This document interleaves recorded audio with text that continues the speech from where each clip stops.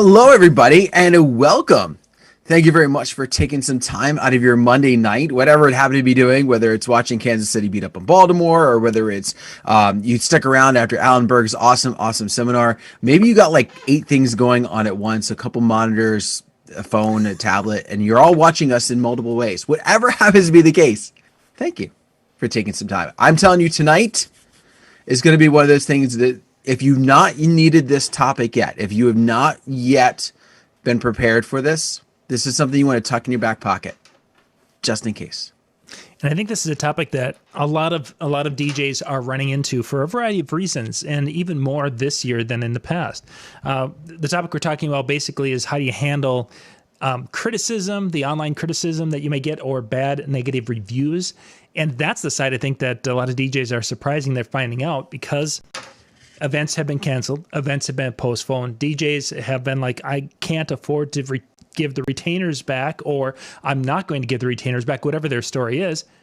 And the amount of online bashing and damage that has happened to businesses has really, I think, in some cases, surprised DJs that, oh my gosh, these people did what to me?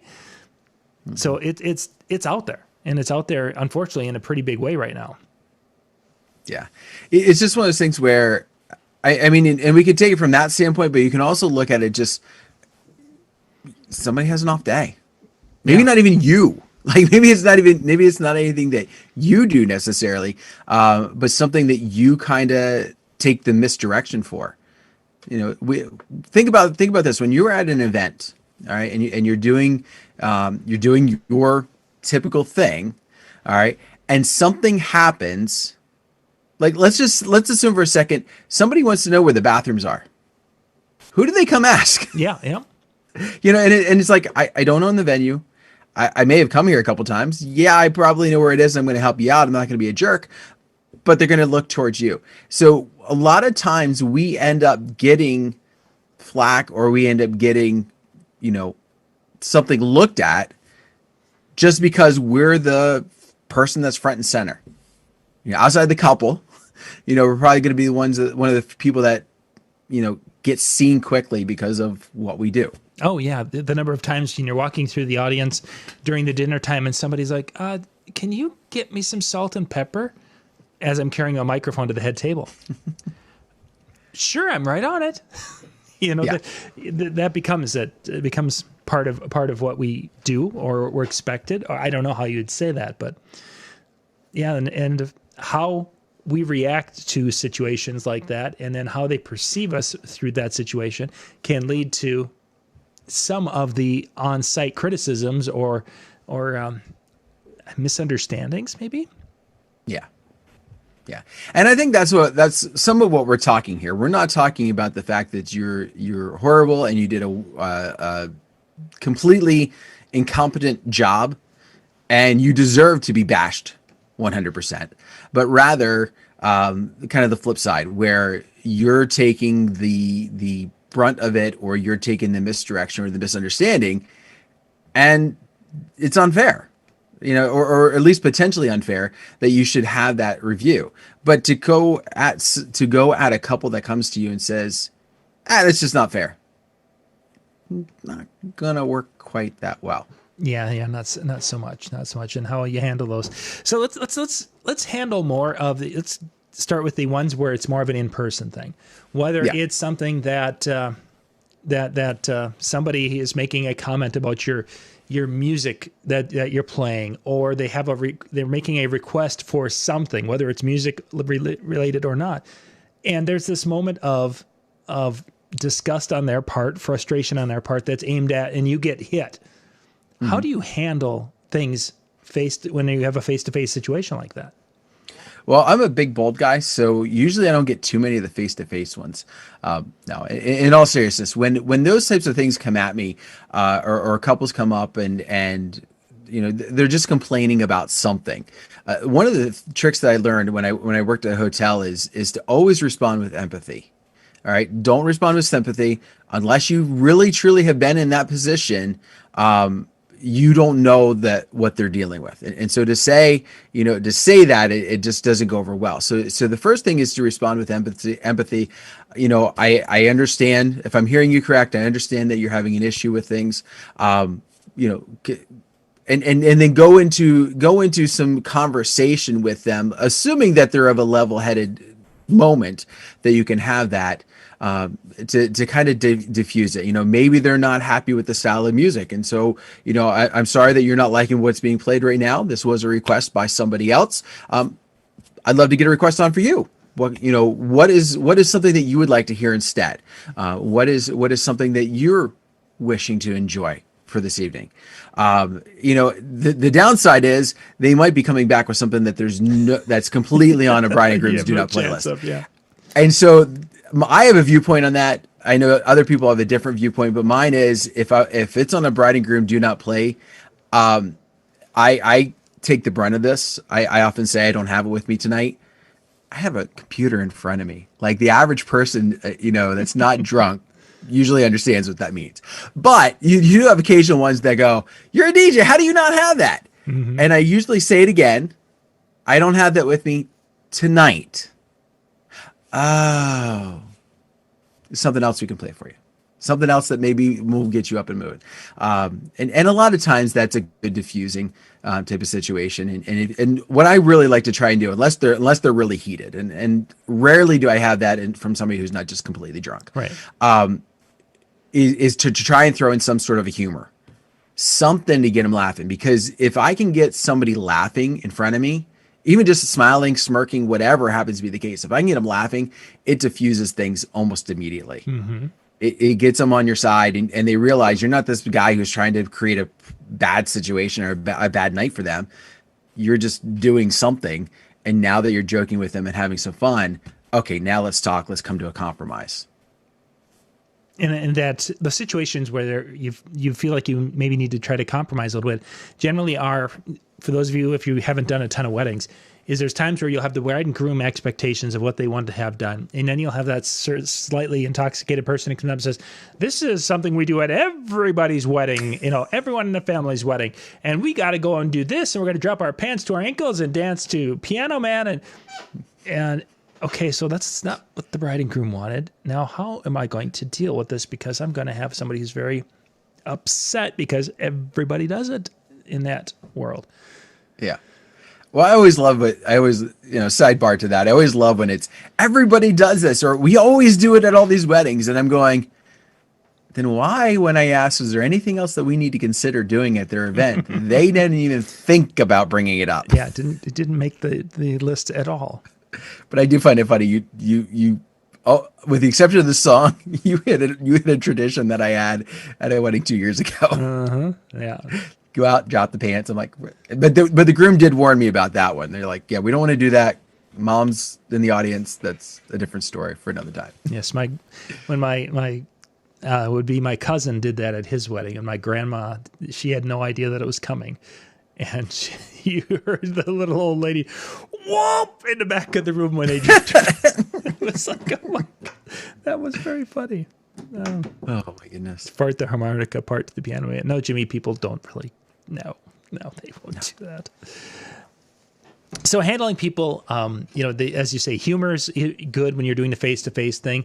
That trying to be empathetic, being in essence on their side, or basically the virtual hand on the shoulder and trying to in essence see it from their side and be on their team to try to help them have success. I think that's probably the best avenue to kind of take it from that aspect, because anything that will come across as adversarial is going to get this escalated to a point where no one's going to win. Right. Not at all. And the last thing you want to do is create a scene, or be the part of a scene. You don't necessarily create it, but you're a part of it because, it did get escalated. You don't want to lie to them per se, but you don't want to create a problem for them. And you don't want to create a problem for your client, because if you put blame on them or you try and direct it to them, and especially if it's somebody who's somewhat intoxicated, they're immediately going to go up. And at that point, now your couple or your client is agreeing to anything just because they don't want They don't want that scene at their wedding. Yes. You know, and they have a little bit, I don't want to say less stock in it, but they're, you know, when it's coming to them, they're just going to back down because they don't really want it, but I really don't have to deal with it. And then you also look like the bad guy because you just told them no, and guess what? You sent them to them to have them get drunk in their face. And I think when you get in the couples situation, they're looking at it as, okay, so what's going to diffuse this the best? Yeah, I really don't want this song, but this Uncle Marty's really drunk. And if I tell Uncle Marty no, he may say okay, or he may just be the obnoxious drunk guy for a while.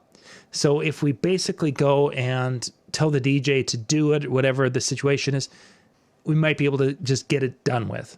It's going to be uncomfortable for the 5 minutes, but we can get done with it. And I think that happens a lot, unfortunately, when we turn it back to and say, well, if the bride and groom approve it, I can do it type of situation, that they don't want it. And yet, because of them seeing that as the easiest way to get to deal with Uncle Marty. I think it's also important, and this goes more with the request side than it does the review side. But you know, to find out when you have a do not play, are these legitimately do not plays, or are these we would like you not to play? But if somebody requested, it's okay. So you're saying different levels of do not play. Yeah, exactly. I for sure do not play. Prefer not to play. The song sucks, but if it's played, I'm not going to kill anybody. And if it's played, I'm just going to have an unhappy face for 30 seconds. The progression. Exactly. The progression. Exactly. Of course, I feel like a bride's done that to you twice. Huey's on the other side of it, where you've got to play it all the time. Or you use it for packing material. There is that. Actually, no, I didn't bring the tapes over to see if there is some. After somebody brought it up, it's like, huh, I don't know if there is any Huey in that box. For those of you not knowing the inside joke, John is making packing material with old tapes. Yeah, and we're pretty sure Huey's in there somewhere. Yeah, I've been working on one of our original DJ storage sheds. So there are things that have been in there since probably 92, somewhere in that ballpark. There are some early speakers, early lights that we purchased. In a couple of cases, I bought them used and I never used them. And they have been in that shed for 20 years, 25 years. So they're there. But in one box, the totes was a box of cassettes, and there's cassette singles in there and different things. But yeah, I don't know if I have. I don't think I ever bought. I think sports might have been one of them that I went and spent like $30 on it as a CD. I want to say. I don't know. I'll have to, if I see it. I mean, if it's there, that would be the spot that it would be in. So tomorrow's journey. Anyway, so go ahead. Yeah, I was going to say, let's kind of switch now to, you know, we've talked about kind of the criticism or what have you we're getting at an event. Let's kind of change that to the post event where we're seeing a review, whether it's a comment. I've seen it where DJs have put up a picture from, Bill and Melissa's wedding, and a guest who is unhappy with you posts a snarky remark. Sometimes there's different reviews on Wedding Wire than not. Somewhere we'll post something snarky. There's all sorts of weird places that people can put reviews out there. How do you handle those situations where somebody has come out and said that you did something, or they perceive something had happened, whether it's right or wrong? How does a person move forward from something like that? Well, first off, the first suggestion I would make for you is this: get out a piece of paper, get out a pencil, pen, whatever you want to do. Write down your response immediately. As soon as you're reading that, get the paper, get the pencil. Notice I said not your phone, not your computer, paper and pencil. Write it down. Write it all out. Get all of it down. Then take that paper and throw it in the trash, because you're never going to send that if you want to work again. I think it's so funny because when we started talking about this topic, I didn't realize Alan was going to be on before us. And a lot of the ideas that I have and tips that I have for tonight are going to come from Alan in seminars that I've seen with him. He does a fantastic job talking about how to respond to reviews and how to handle it. And that's one of the things he says. He's like, take whatever you were going to send, whatever you thought you were going to do, put it on a piece of paper, and then throw it away, because there's no way that you are going to come out ahead by doing that. And so I think it's always important for you to take a good 24 hours just to kind of let the air breathe, let yourself calm down, and maybe not 24 hours, but definitely a couple of hours to kind of get your head in the right spot. And don't stew on it, because that's only going to be kind of that same thing. That's the whole purpose of writing it down on that paper, to get those emotions out. And then draft something up that you actually want to do, not on that post, but on another spot, and give it to somebody that you trust, somebody that you believe will take and read your words and read what you're doing and be honest enough with you to have that, so that when you do post this, if you post it, it'll be in the right voice. All right. Because again, you could write something and it could have the best intentions, but if it's not read by somebody else, you might come across sarcastic. You might come across with a tone in your text that you don't think is there, because you think you're actually being polite, and you're not as polite as you might think. For sure. So I definitely would say that. There's a couple of things that I'm seeing in the chat, and I would definitely, nothing against Jimmy, I love you, buddy, but delete it and block them is absolutely possibly the worst case scenario that I could say. Now, if you got something slanderous or something like that, that's a different story. But by blocking, by deleting, what you're doing is you are adding more fuel to the fire. You're adding potentially more fuel to the fire. So if somebody comes along and says, this happened or this happened, and then you delete it, then it's suddenly like, oh, now I'm thinking there's even more to the fuel to the fire. And I even saw this happen with a local DJ, where he did something just like that. And then what ended up happening? They got all their friends.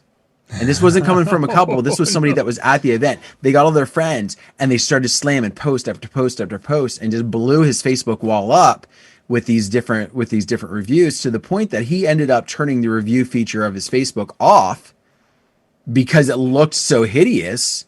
He went from having a 4 or 5, he went down to having like a 1 or 2 just by these actions of this group of friends.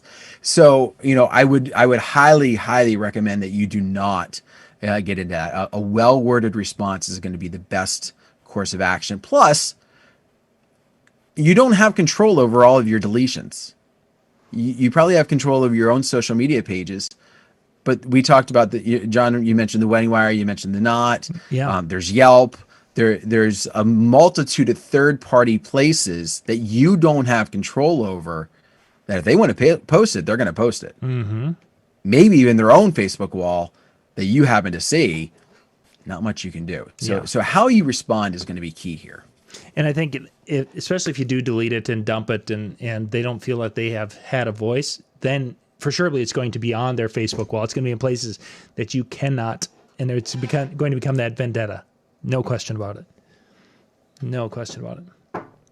Yeah. How do you respond? So how do you respond? Again, very similar to the in-person one. You've got to have some empathy going on. First off, put yourself in the place where their critique is happening. A lot of times we come off of an event and we're on some sort of a high because of how well it went. And then we read that and we're like, how could that even, were they at the event I was at? Like, it was perfect. It was like the hook. 9 out of 10, everything went the way it was supposed to. How could they have that thought? All right. Stop yourself. All right. Get off your high horse for a second, put yourself in their position and go, could what they have been seeing, could their impression be legitimate? Like, could something have happened with it that I'm just not thinking about? And if the answer is in any way, shape, or form yes, then you need to respond with empathy, and basically come alongside them, and just like in person, and I understand, this is the way you feel. Unfortunately, at the moment, I was not seeing what you were seeing. As I look back, I could see where what was done may have been construed that way. Please accept my apologies. It was not my intention to create anything negative out of the night. All right. That's a very vague type of response. And obviously you could funnel something a lot more clear. It's kind of thinking off the top of my head here. Right. But adding that empathy, adding that moment to come alongside them and just basically, take ownership for what they experienced. A lot of times when people make that type of a critique, especially if it's somebody at the event and not somebody that's been in charge of the event, like a client or a couple or things like that, they just kind of want you to know, or and if it's a little snarky, they want you to take ownership for it. And if it's something completely out of control, out of your control, I'm sorry you felt that way. I really wish I could have done something. Unfortunately, those were elements that were not part of anything I had control of that night. And so, I wish you the best, but unfortunately there was nothing I could have done at that moment. All right. And that one, unfortunately, you're not taking the blame. All right. So it might not appease them, but in the same respect, it does recognize that you understood that it happened. And if you could have done something, you would have done something. Yes. Yeah. And sometimes that we didn't take the actions that they were wanting is because maybe they didn't communicate what the problem was, or the problem that they perceived was in direct violation of what the bride and groom were wanting to have happen. So the two things were completely different. We might be taking heat for a decision the venue made, or the photographer is scheduling, whatever. There's just so many variables. To go and start pointing fingers, though, is the part. I don't think pointing fingers, say, well, the venue is the one that you should be mad at, not me, because, no, you don't want to be pointing fingers. No. The last thing you need to do is to flat out blame somebody else. If it is completely out of your control, don't tell them whose control it is. Just, I'm sorry. Unfortunately, that was something I did not have any handle on. I did not have any hand in. I was not able to be a part of it, and I apologize. I wish I could have done something for you, but at the moment I didn't know it, nor could I have done anything, nor can I do anything post, because I was not a part of it. And so, again, you got to realize by that point, the nice thing about this version versus the other one is most likely by the time they do get your response, they're not drunk. They're not intoxicated like they may have been in the moment that made them mad in the first place. One thing I would also say as we talk about this, a way to help, especially those third party places for review. One of the best things that you can do is to actually request and solicit reviews from your clients. Get them talking about you in these places. So that two different things. One is when they make that review, all right, and you get the good ones, comment, thank them. Bring up a memory that they didn't think about during their review and add it to it. Thank you so much, Bobby and Susie. It was so great being a part of your day. I really couldn't believe that Grandma got out there and she did the wobble right next to all the bridesmaids. That was the best. I've never seen a grandmother dance like that. Whatever. Okay. Pull whatever out that you want, but to make that moment, because the thing that will happen from that is now guests that come know that you're seeing those reviews. You're making a point to comment your physical presence. And what ends up happening is it kind of takes away the I'm standing behind a keyboard, you can't touch me type of idea, because they know that you're looking at it and you're going to respond in some form or fashion to it. This isn't, I get to leave this and let him get slandered and he's never going to know about it. No, like you're responding to it, and you respond to the positive ones, you respond to the negative ones, however that might happen. The second thing is, by having a presence in these places, when they do leave a negative, it's not the only thing that's there. All right. So when somebody does do a search for you on whatever there happened to be their favorite review site, you get a whole bunch of positives, and maybe you get one negative, but you get a whole bunch of positives. Whereas if you're not soliciting for these sites, the only thing they're going to find is that one negative, and that could, or multiple negatives, depending on what may have happened. And so it's going to help balance. Also, think about your buying experiences. When you are doing this, when you're going out and you're buying an item, anything, Walmart, Amazon, find it online of some sort, and you're looking at the reviews, do you trust a 5-star more than you do a 4.8? Really? Because in my viewpoint, it's actually more the other way around. Because I feel like when I see a 4.8, okay, this is a little more realistic. Like seriously, I've got 100 reviews and they're 5s. Like, you know, and especially because you hear different things like people buy reviews. Okay. And I'm not talking about necessarily our services, although I'm sure there are that do that too. But I'm just talking about products. So having a negative is not the end of the world. If anything, it helps. And if a client sees how you respond to that in a professional, courteous, friendly manner, they're going to have potentially an even higher opinion of you. Right. Because, oh, you know, they're not perfect, but they recognized it. And they also know that, all right, I can do something about this so that the next time it doesn't happen. And that next time might be at my event. So, hey, that's a great thing for me. For sure. And I think, yeah, the review thing, the percentages or the 4.8 and the 5 is certainly huge. The area though, I think we get hung up so much is that 4-star review or the 3-star review or the 1-star review.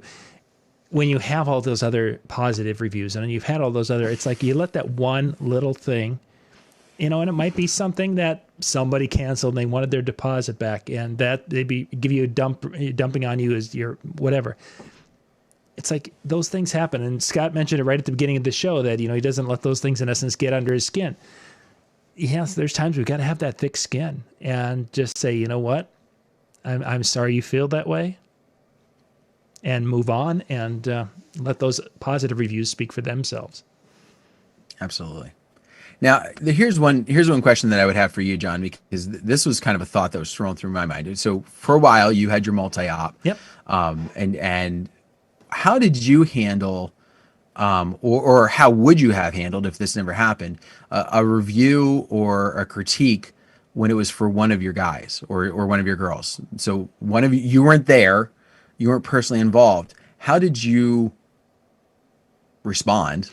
Sure. To those moments? Well, at that time, the internet was not a thing. Dial up and yeah, exactly. So that wasn't much of an issue. But you did have the situations where, you know, sometimes Sunday, most likely Monday, we'd get a call and say, hey, you know, this happened at our wedding, and we're just really not happy that you know your DJ didn't have our song, played the wrong version, or you know, called somebody by the wrong, whatever it happened to be, and things happened. I don't remember specifics anymore because it's been a long time.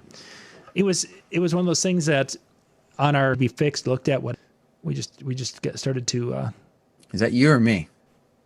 I want to see if it's showing up on my end. Something coming out of our side here. Because yeah, Wirecast is showing there. That looks like it's coming back. I don't understand. Well, we've got a good signal there, it's saying, and again.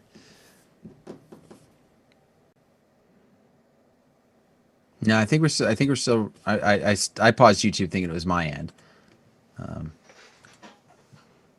No, I think it's. No, I think we're still going. Yeah, I think we're still there. I can see on Wirecast it shows the little green thing for broadcasting, and it looks like we're back to green, and we're not dropping frames. So I don't understand it. It makes no sense at all. That's why at times it makes you wonder if Restream is having issues because it's talking about a keyframe. Or Zoom. Because you were choppy on my end. Yeah, we were. So it's got to be an internet connection. It must have been a hiccup somewhere. Okay, but it looks like we're back, and it looks like it's been holding. So before we had the break, Dan had asked about dealing with staff when we had those had the problems where people were calling. So the staff would fill out evaluation forms after the event, and if there were any problems there, it's like, you know, were there any comments or anything that we should know about in case there's a call, you know, and in our training, we talked about what those would be. And occasionally there was like, oh yeah, mispronounce the bride's name and or whatever it is. So that way, if I get the bride calling and say, "Yeah, John," or just really, we just can't get over this. Your DJ mispronounced the bride's name, and she did it all night long. And we just really, we were expecting a professional service and such. It was nice when I knew a little bit before they called, because then I can say, I just was looking at the notes of this, and I feel horrible, and the DJ feels horrible, because that it's certainly not our intent. Our intent isn't to, but we're human and we make mistakes and such, and however you'd handle that. So there were problems, and occasionally there were situations in which that we did refund money. We were multi from 1993 to about 2000. I would say good 20 years. And during that time, I think we refunded maybe 4 times, 5 times at most. It just wasn't something we did. Were there problems? Yes. There were situations where something had happened. And I did have a couple of people who were like, "We want all of our money back." And you just knew that there was an issue on their part. And they were looking for any little thing to basically say, "Oh, it ruined our whole day." Yeah, because we didn't have the we're going to leave bad reviews for you. That didn't exist at that time. So we didn't have the situation where Jimmy or somebody made reference to that. But we were able to handle it. And yeah, they would say, "Oh, we're going to tell all of our friends that, you were a bad DJ." Okay, go ahead. I'm okay. It's like, I've got a lot of people who love what we do. A situation happened, and I can appreciate that what had happened, and it was just a bad situation.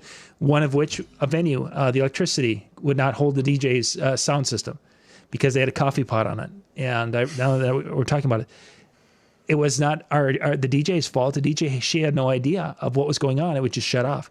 It'd get started and would go for a little while, another 15, 20 minutes, and then the coffee pot would be plugged back in to make another pot. She'd lose this all night long while they were making coffee. Well, your DJ was having problems with electricity. How would we have known until we talked to the venue later? But so yeah, there's ways to handle it. I think today, as what Jimmy said, it's really a different world. I think when it comes to handling the afterwards, the customers' complaints, the Monday morning complaints. It's just so much different. And I think exactly as you've got to look through what they're saying. Like, if they're coming at you immediately with the full refund, request, what was it that you did? Like, how off was the night? Like, what did you really ruin the night? Because that's kind of what they're almost saying. Mm-hmm. And yeah, you do have to realize that they could come at you and leave a negative review. I mean, I had that happen. The difference was they actually owed me for an extra hour that we ended up going, and I ended up, and then she tried to like finagle, and I was like, you know what, it's just not worth it for what would have been the hour charge. Right. And it was just one of those things. And when I found out afterwards, it was also one of those where I didn't truly vet my client. Mm-hmm. Like, I didn't go through the process that I would typically go through, to the point that, I met to like talk with her, and she like within 5 minutes was like, "Okay, here's my money for the deposit," like cash in hand. And it was like, we just started talking, and okay, sure. Okay. And so sometimes, you don't really get to establish some of those moments. That's one of the reasons why I've often talked of, get to know your clients, because here's the other thing. Who's more likely to leave a negative review on a page where somebody else can see? A friend or a stranger? Oh yeah, for sure. Yeah. 100% is going to be a stranger, and the 100% of the friend's going to be the one that's going to email you privately and be like, "Hey, I got this. I want you to know about it. This is what happened. Not really happy." And you have ability to kind of take care of it behind the scenes. Maybe they just want you to acknowledge it, or like I said before, or maybe it's just a matter of they just want to bring it to your attention. Like, "Hey, by the way, we didn't mention it that night. We didn't really think it was a big deal. But then afterwards, the more we thought about it, the more we're like, that kind of irked us a little bit. We just kind of wanted you to be aware." Right. I would also say, like, think about this standpoint. When it comes to reviews on being left,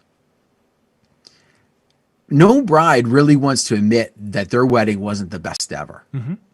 I mean, think about it. Like who wants to go on record and say, yeah, my wedding sucked. Like, maybe like 10 years down the road when they're getting ready for their next marriage. But at the marriage at the moment, they don't want to say that.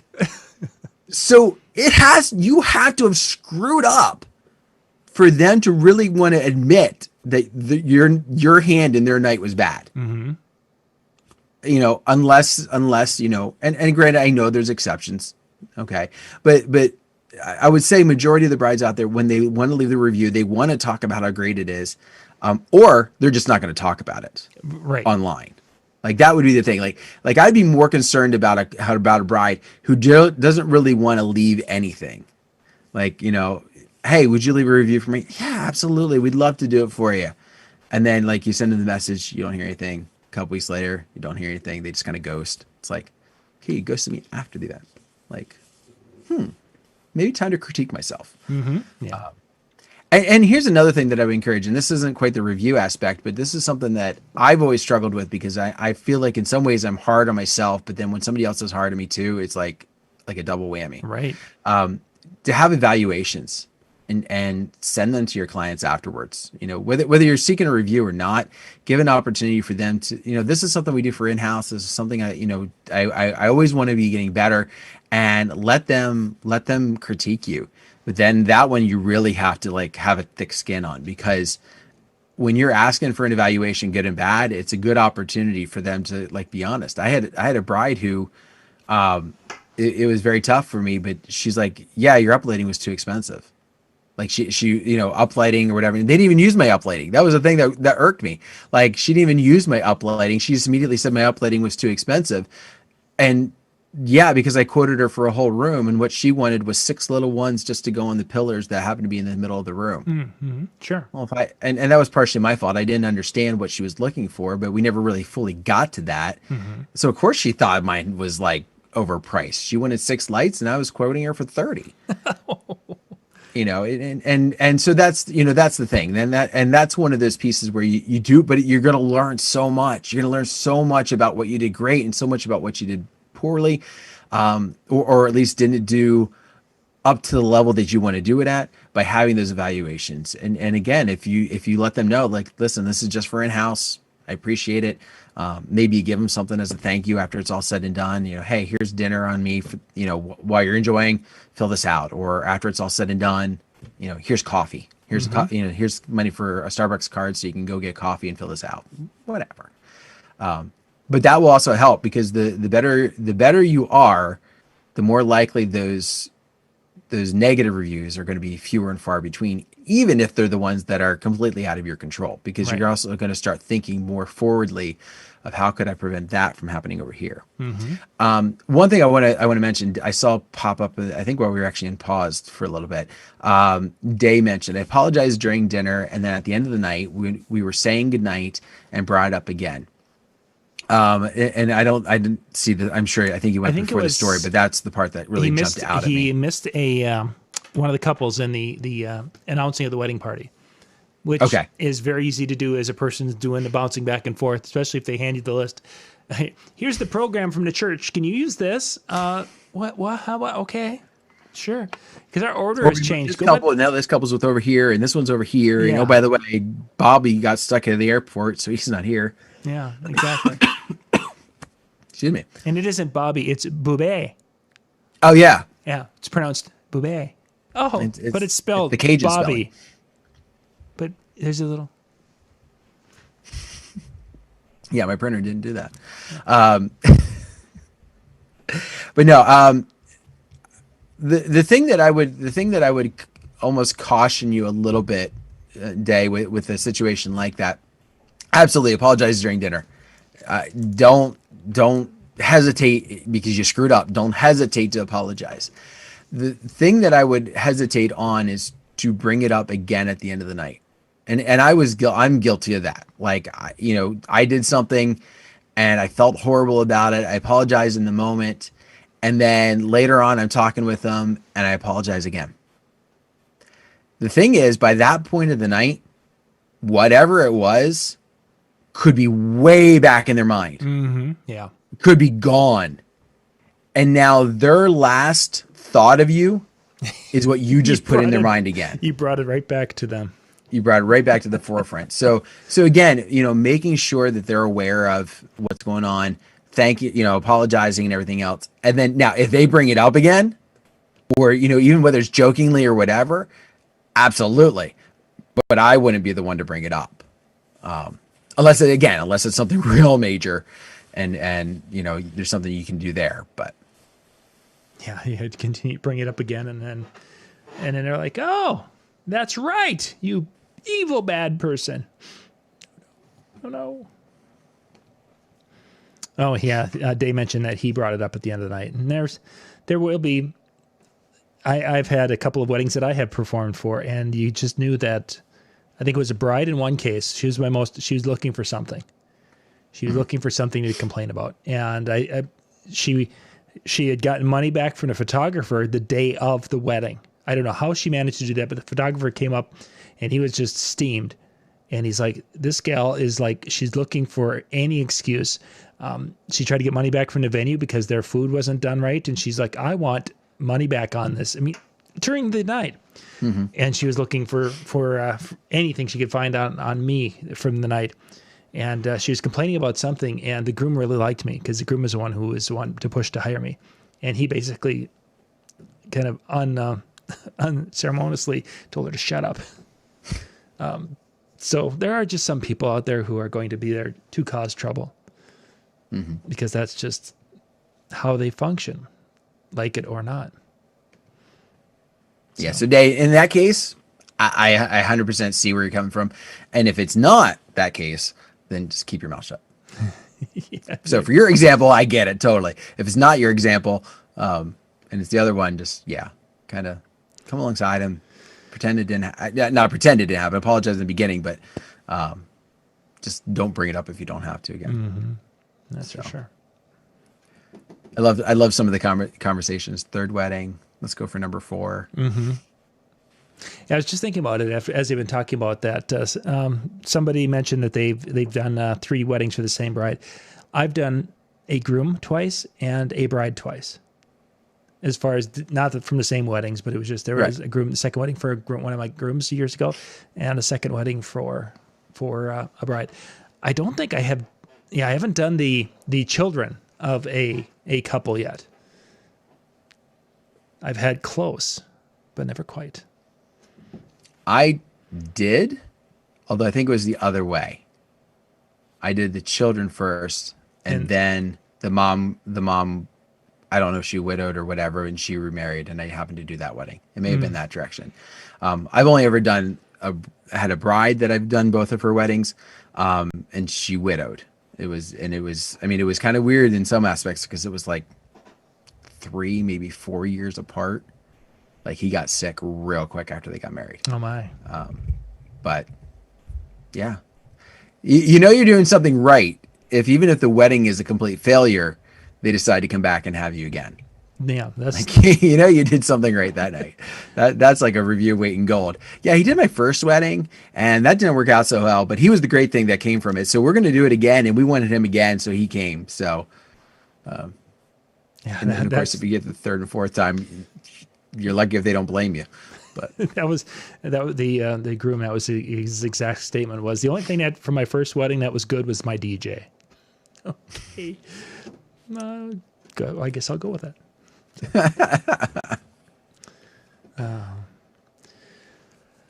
Well, good discussion. And thank you guys for being with us tonight.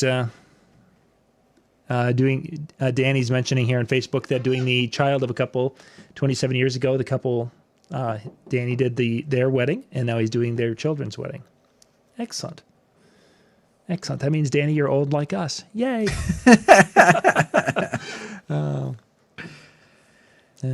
Funny. So yeah, I'm waiting for that down the road. We'll see. Yeah. It gets there. It'll get there. Mm-hmm.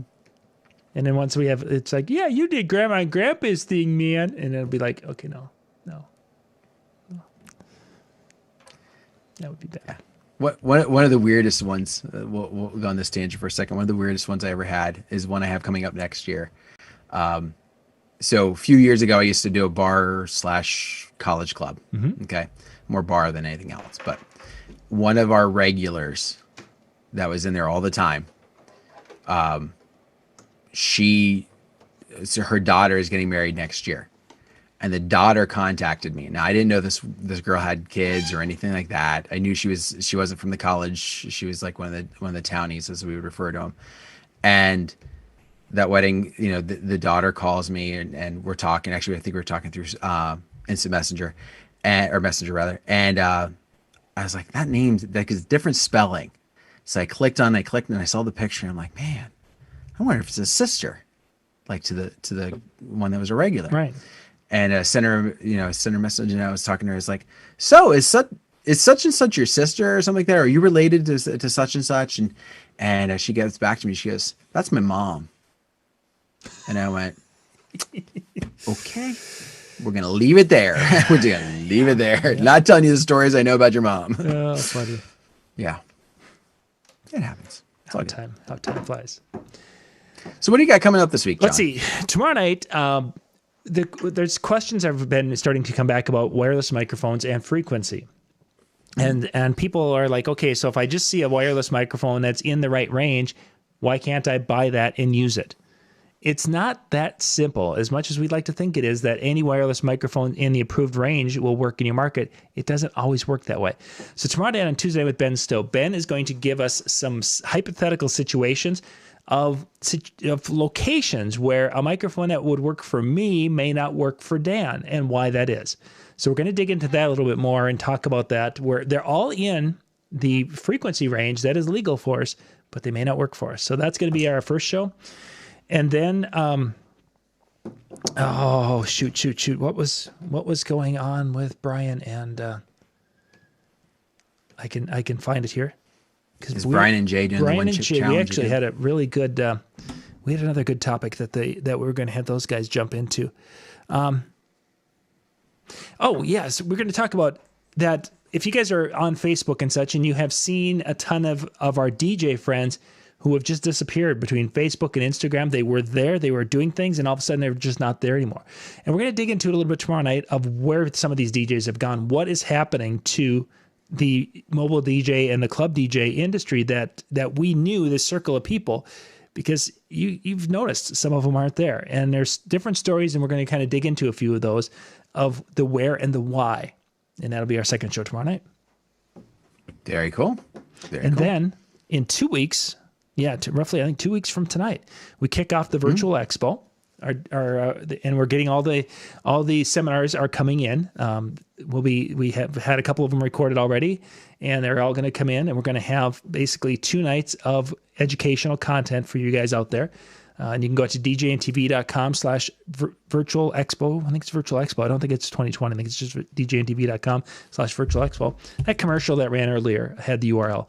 But you guys can go check that out, and we'll be putting more information about that as we're getting closer to that. Or just go out to DJNTVtraining.com, and there's a big link right at the top in the menu. Nope, you need 2020. Oh, you do need 2020. Okay. So yep. Virtual Expo 2020. And you guys can check that out, and then it'll pop you out to the page, and you can find out more information and be part of that in 2 weeks. Chill Room has changed, by the way. Zoom changed some things where you cannot jump into, and for any of you who use Zoom, you cannot just jump into a meeting. If I share a link with you to jump into the meeting, I either have to approve you before you come into the meeting, or it has to be set up with a passcode. So it isn't just a click and go. Now, for the Chill Room, we've set it up as for a passcode. So you'll type in DJNTV.com/chill, and then it'll ask you for a passcode, and it's lowercase DJNTV. And then you can get in. If you don't type in the lowercase DJNTV, if it's uppercase, you won't get in. If you don't type anything, you won't get in. So passcode is lowercase DJNTV. Everyone that's kind of involved with that will have that information, and Jimmy's going to get a graphic, and we're going to circulate that. But Zoom changed some things, and this is one of those changes where you either are doing it passcode, or you have to be approved by the meeting host. And for the Chill Room, it just doesn't work to do that way. So the passcode is our way. So interesting. Yeah.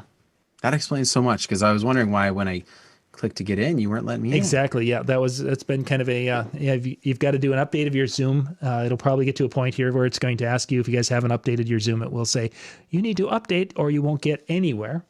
And then, Dave, just update your Zoom, and it should work now with that passcode. And again, it'll pop up a thing, lowercase DJNTV. Very cool. Very cool. Well, that's going to be going on pretty much as soon as we get out of here. So you can head over there and check that out and hang out, talk, have some fun, do a one-chip challenge, whatever happens to be the case. But thank you very much for taking some time out of your Monday night to join John and I. Hopefully you got some tips. Again, I hope none of you ever have to dealing with a negative response, whether it's in person or whether it's on a site somewhere that you have to respond to. But in the event that it does, at least you have maybe a couple tools that you can use just to be prepared and just to make sure you're ready to go and to avoid any potential disaster. For sure. But have a great night. We'll see you next time. Good night, everybody. Bye.